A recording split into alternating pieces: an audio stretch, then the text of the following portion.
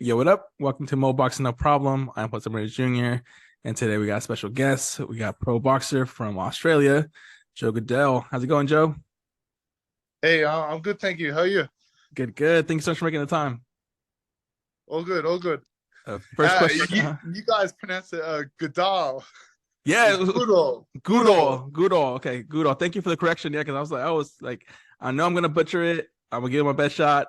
And thank you for the save. It's like good and then all the Good time, you know? all. Good all. See that's easier to pronounce. Thank you, Yeah, Joe. yeah. All good. Uh, First question we got for you, Joe. I'm sure you get asked this all the time, and it's how did you get into boxing? All right. Well, back in the day, I wanted to make the AFL, which is like Australian rules football. It's kind of like your equivalent to NFL.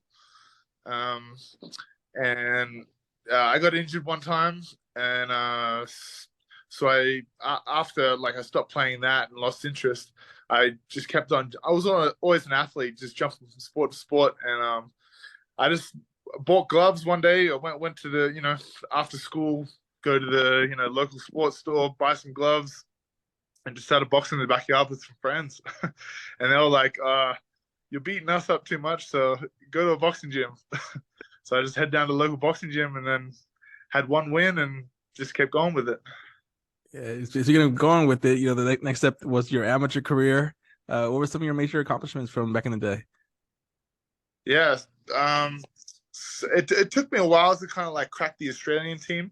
But once I cracked the Australian team, I won three Australian titles. I won silver medal at the Commonwealth Games, a bronze medal at the World Championships. I won. I can't remember the tournament name, but I won a few like a Polish tournament in Warsaw. I can't remember the name, but it was like a prestigious tournament on the amateur tour. Um, and yeah, a bronze at the World Championships is probably my highest achievement. Nice. And now switching gears to your pro debut, which happened on April 2018. What were your emotions heading to your first pro fight? Yeah, at that stage when I turned pro, I was a bit like burnt out. I had a busy amateur end of my amateur career, and I had a glandular fever at that stage, so I had a lot of chronic fatigue and this type of thing. So I was a little bit mentally burnt out, so to speak. So after a couple of pro fights, I had a shoulder surgery, and I took time off after that, and I've kind of like yeah come back strong after having a little break and surgery and whatnot. But yeah, at that time I was I don't know, a little bit irritable, so to speak. Yeah. Nice, nice. And then I want to talk to you about your only professional loss as a professional, which came against fellow Australian. And you're probably gonna have to say me on the last name here as well, Joe. Justice Huni. Did I get that right? Yeah, Huni. Huni, yeah. Huni. There you go. So what do you recall from that fight, and what did you learn from that loss? Yeah, yeah, it was a good fight. Like he it was kind of like a how would you how would you describe it? Like a like a close. It was I was still in the fight the whole time, but I lost most of the rounds. I only got one or two rounds I won. But I think I don't want to make excuses. A loss is a loss. If you don't turn up, that's it. In this game, it's high risk, high reward. Um, but I wasn't 100% on the night. I had a chest infection before that fight. As soon as I flew back from Las Vegas, maybe it was cold. It was really oddly cold that time in Queensland. I remember sleeping in a cold room and waking up with a little bit of a cough, and one thing turned into another, and I just didn't have the energy to compete at my best that night. But I learned I definitely learned a bit from that fight and my time in Vegas. I sparred the likes of Jared Anderson, Joe Joyce. I even sparred Efe Jagba over there, who I'm fighting this weekend. I sparred a few other guys too, a few other solid pros. Rob Safar is another one who's a cruiserweight now. Um, but yeah, I learned a lot during my stay in Vegas and that fight too. And then what I found, fascinating about the sports is, despite the history between you and Justin Hunis, like you still, helped him recently for his fight with Andrew Tabiti sparring, and he's been helping you with your upcoming fight with the Efe Jogbe. So how does it feel to help each other, out and to kind of go from, opponents to now, like, we can say supporters? Yeah, yeah. It's always a hard pill to swallow, a loss, but as a man, you just got to get on with things in life in general, as you know, and any man would know. You got to get on with things, and you always got to be thinking about the future and which direction you want to go in life. So it's been good helping each other out. It's good to see him have a good win. Hopefully I can do the same this weekend. We'll spot each other a lot. Me and Justice, like when he was like 16, 17, coming up the ranks, I was even sparring him back then. So we have a great relationship. Nice. And then I saw you made your US debut in your last fight versus Stephen Shaw, and you won that fight by KO, which was deemed an upset at the time. How important was it for you to make a statement and announce to the heavyweight division that you're still here and getting better? Yeah, yeah. It was a crucial fight for me to come across on a big top ranked card and make a statement. It's opened up a lot of opportunities for me. Given in a good performance, and that's why this opportunity popped up. It popped up on late notice. I think 5.5 weeks. I got the call up from my manager Steve Scanlon for this fight. So it was a little bit touch and go because it's a short notice fight. But I'm a fighter, and this is what we do. So thankfully, I was staying in the gym at the time. So you have to take these big opportunities while they're there. Absolutely. And speaking of your next fight, scheduled for this Saturday, November 4th, Lake Tahoe is another big top ranked card, and you're in the main event. How does it feel for you to be the headliner? Yeah. This time it's a bit different. I was first fight last time. Now I'm last fight. So yeah, it's a bit of a change, but it's nothing I haven't really done before. I haven't really headlined a pro event before. Maybe one, but it was such a small event. But I did fight in the Commonwealth Games final and the World Championships. It's a pretty big event, so I fought in front of a lot of thousands of fans and whatnot. So I'm used to it. It's just the bigger the event, the bigger the opponent, the higher the risk. So right, and the higher the reward also. Yeah. Speaking of your opponent, you're scheduled to fight Efe Jogbe. What can you tell us about him? Yeah, well, he's a big 6'7" Nigerian with a big right hand. So I got my hands full with him. It's going to be a good fight. It's an interesting stylistic matchup. Also, I feel he's very long. I consider myself like a medium to short heavyweight too. So it's going to be an interesting matchup. Yeah, and I saw that you did fight Efe in the amateurs. You did beat him. Does that give you confidence going into this fight, or are you treating this like a brand new Efe and fighting him for the first time? Yeah, I think it's brand new Efe. Like we fought each other for. I think he got a bronze medal. I got the silver in the games, but it's 10 years ago. It's 9, 10 years ago. A lot's changed since then. He's moved to America and spent a lot of time over here, and I think he boxes a lot differently to back then. And same with I. In 10 years, you got to make improvements and progress. So I think it's totally different. Fair point. And I want to talk about your promotion deal. You signed with Lou DiVella in September. Were there any other offers you're considering? And then ultimately, what were your reasons for signing with DiVella? Yeah, there was some contention with No Limit Boxing in Australia and Lou, but ultimately I think the market's bigger over here. There's more opponents to select from. There's a bigger pool out here, so I think it's just a better opportunity for me. So we made the decision based on that. Absolutely. And speaking of opportunities, I'm sure you want to keep on headlining. What would be your dream venue to headline one day? Man, I think it's always a dream to fight in Vegas. Great. Yeah, Vegas is kind of like the mecca of boxing for me. You know, it's where all the big fights happen. So it's always a dream to fight Vegas. Yeah, I mean they got the Timo Arena where Canelo fights a lot. The and now the new thing, the Spear that just opened up. Like I don't know if you saw for the promotion of Fury and Ngannou, they kind of were doing a lot of advertising the Spear there in Las Vegas. Okay, That could be the next hot venue. goddamn, Vegas is where it's at. It's definitely. And as far as dream opponents in the future, is there anyone that stands out in mind that you want to share the ring with, whether it be as an actual opponent or maybe even just sparring? That's a good question. Um, yeah, not really. I tend not to focus like on other fighters like as I'm fighting them type of thing unless it actually happens. Um, I don't know.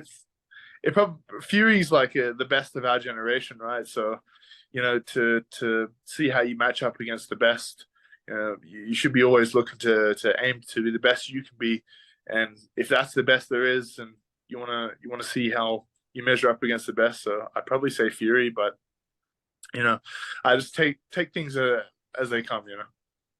Absolutely. And then Joe, who's been the hardest puncher you've been in the ring with, either in sparring or in a pro fight? Hardest puncher. Mm-hmm. Uh, I say Joe Joyce has a real heavy thud, heavy punch. Oh yeah. Yeah. Um, yeah, it's hard too, but I describe it more as heavy. Heavy hand. And was thinking of the Juggernaut. He just keeps on coming. That's it. And then growing up, who was your favorite boxer? Um. Uh. Probably Mayweather. Like I think he's the best inside and outside the ring. He kind of proved that. But I like Hopkins too. I liked his hustle and tenacity. Both great names. And now, speaking of present day, who do you consider to be the number one pound for pound fighter today? Oof. Don't want pound fan. I think it's either Canelo or Crawford.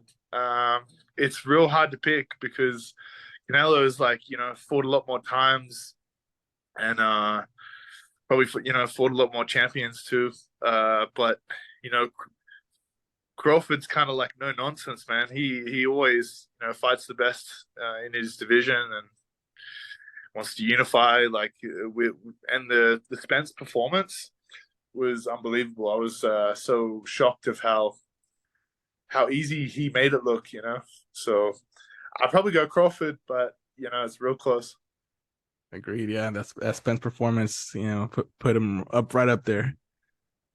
Yeah. You had mentioned earlier Tyson Fury, so I want to ask you: did you watch his last fight this past Saturday against Francis Ngannou? And if you did, what were your thoughts on it? Yeah, I didn't catch the fight, but I caught the highlights and everything like that with the knockdowns and all that kind of thing. So I kind of have to watch the fight to have like a bit better opinion. But it was shocking to see it go to decision, and it was even more shocking to see him get knocked down too. So I was real shocked at that. I thought he was just gonna like come out there, maybe boxing for 1-2 rounds and then put him away. But yeah, that never happened. It was quite the opposite. But yeah, like I always think like this sport's very like volatile. It's very unpredictable. So always anything can happen, and especially in the heavyweights. So I was very shocked. Yeah. Yeah, no, and he said a quote recently, it wasn't the best version of him that showed up that night. And you fighters have to deal with so much leading up to the fight. You just never know what condition you're going to fight. It's never 100%, but you never know what condition you're going to get there. That's it. Like, you never know with injuries, whatnot, camps like almost like a separate thing in itself leading up to the big fight. So, and not like I don't have to deal with weight cuts or anything, but that's also another battle that the littler guys have to deal with. So so true. Yeah. So for the next section, I want to ask you about some matchups. Some of these are confirmed or rumored, and I always want you to just let me know who you think would win. If they're too close to call, you can always say 50-50, or you can always pass on them as well. Cool. All right. The first one I want to ask you about is for the undisputed heavyweight showdown between Tyson Fury and Alexander Usyk. How do you see that one playing out? Oh, man. that's that's a tough fight. But before the fight on the weekend, I would have said Fury. But yeah, I honestly, I think it's a thrilling fight. You know, it's such a great stylistic matchup too. You got a great big guy versus a great little guy. Um, oh, I still have to go Fury. You know, it's you can't just write someone off for having one bad night. Agreed. Mhm. Next one I want to ask you about is Anthony Joshua versus Deontay Wilder. That's another tough fight. Oof. Because yeah, Josh was very like he's got traditional boxing movement, whereas Wilder's got that that X factor, kind of windy and winging punches type of thing. Uh, I probably have to go Joshua. I like the move he made over here, going to Derek James. Mhm. Um, yeah, I have to go Joshua. And then for the last one, no easy ones. This is gonna be the light heavyweight Arthur Beterbiev versus Dimitri Bivol. How do you see that one playing out? Okay, yeah, I haven't seen much of Better Be You, um, so it's hard for me to take a pick on that one. But I really like Dimitri Bivol. I like his style. Um, as everyone's seen, like with his work with Canelo, he won that fight. You know, uh, dominantly in my opinion. So I have to go Bivol. He's a real smart fighter. Yep. And then coming back to you, Joe, what are some things you like to do outside of boxing? Your interest in hobbies? Outside of boxing, yes, the last kind of like year or two, I've been super focused and strayed away from the party life and and all that kind of thing. But I don't mind like playing a bit of poker. I like Texas Hold'em poker. Um, uh, uh, what else? Uh, I like playing other sports like tennis. I enjoy Oh, tennis. nice. Really, really relaxing. Swimming, any water is always relaxing. Um, yeah, that's about it. I'm like a bit of a like I'm all in or roll out type of guy. So when I'm like on holidays or something like that, it's full. Get out there, party, drink, have a good time. But when I'm in camp and you're kind of busy, lined up with the next camp, it's I'm very focused. So Yep. And then, Joe, how proud are you to represent Australia inside the boxing ring?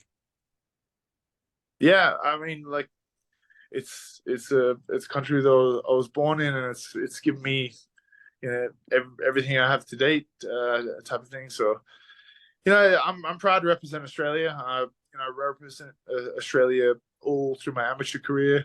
Won the silver medal, the bronze, representing Australia. So it's something I'm really proud of, and I get great support from the Australian people. So it's something close to my heart. Yeah.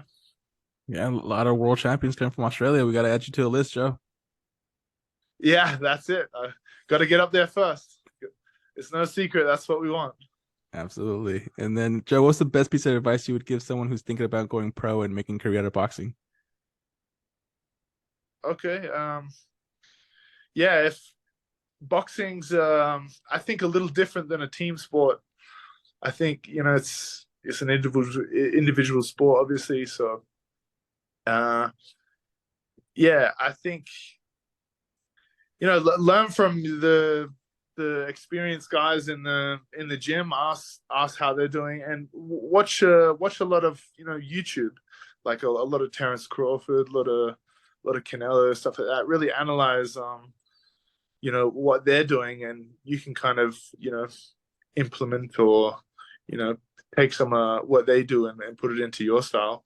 But ultimately, it's a very tough grind. This is why it's an extreme sport. Everyone loves it. Um, yeah, it's you really need to be committed to it. If you want to do it, go all in. You know, if you're kind of half, maybe an individual sport's not for you. Great advice. And final question we got for you, Joe. It's not really a question. It's more so opening up the floor. What's the message you want to send to your fans and supporters? Yeah. Just tune in. I really appreciate the support. Whether you're supporting all the way from Australia, or if you're a new fan here in the US, just tune in and enjoy the fight. Absolutely. And Joe, where can people find you on your social medias? Yeah, Joe Goodall Boxer is my Instagram handle. Everybody, make sure you go and follow. That way you don't miss any boxing updates. And Joe, thank you so much for your time. It was a pleasure speaking boxing and get to know you a bit better. Appreciate it. Thank you, bro. Best of luck on Saturday. We'll be tuning in. Thank you. All right. Cheers. Bye.